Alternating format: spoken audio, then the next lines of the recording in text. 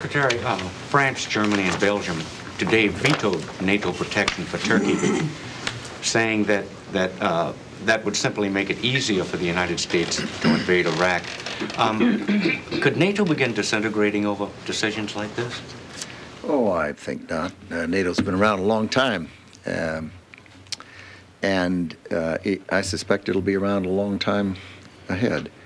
I think that technically what they did was not veto, but I think the phrase is they broke silence on what otherwise would have been a planning process for NATO. And I have not heard precisely what they said as to what their reasons were, but NATO very likely will end up engaged in that subject through a different route. It's my understanding that the next step very likely would be Turkey coming back in as is the right of any member nation, and having the subject engaged again through a different mechanism of NATO. I think it's unfortunate that they are in stark disagreement with the rest of their NATO allies. There's 3 countries. There are 19 countries in NATO, so it's 16-3. I think it's a mistake, and what we have to do for the United States is make sure that that planning does go forward, preferably within NATO, but if not bilaterally or multiple bilaterals. And we are already going about that task. As you'll recall, what that was asked for was that planning begin for AWACS, and for chemical and biological detection units, and for Patriot capability, all of which are defensive.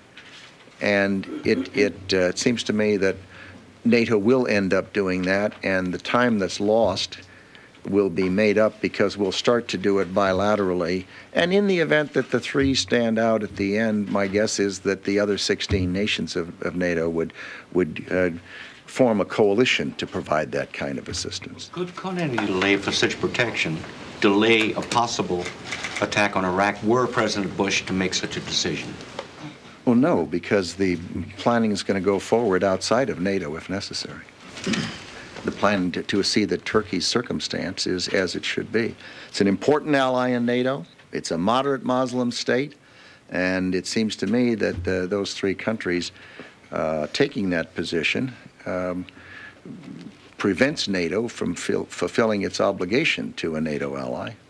And I'm sure that NATO will find a way to do it eventually.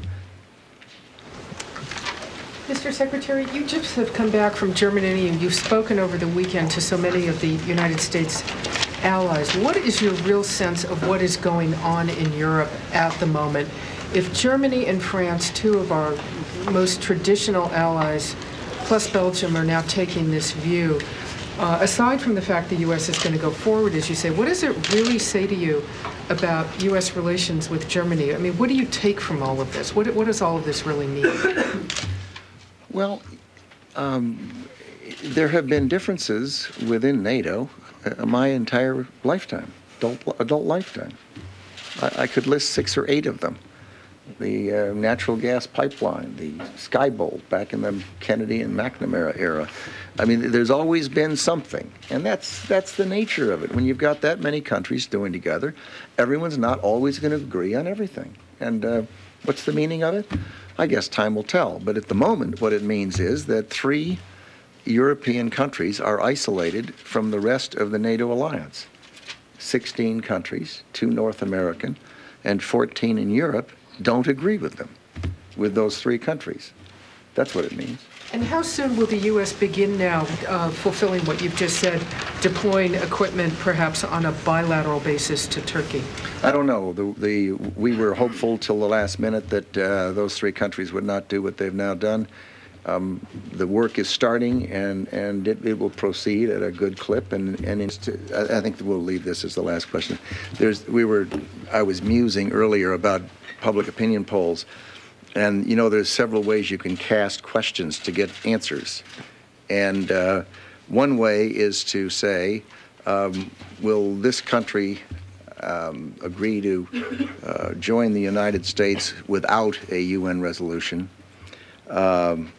and join the United States in a unilateral action, or would you prefer a second resolution? And of course, the other way is to say, would you prefer to have Iraq keep its weapons of mass destruction, or would you prefer to join a large coalition of the willing, with or without a resolution? And that gets a quite different response. And the reality is, I keep reading the word unilateral, which I find kind of strange.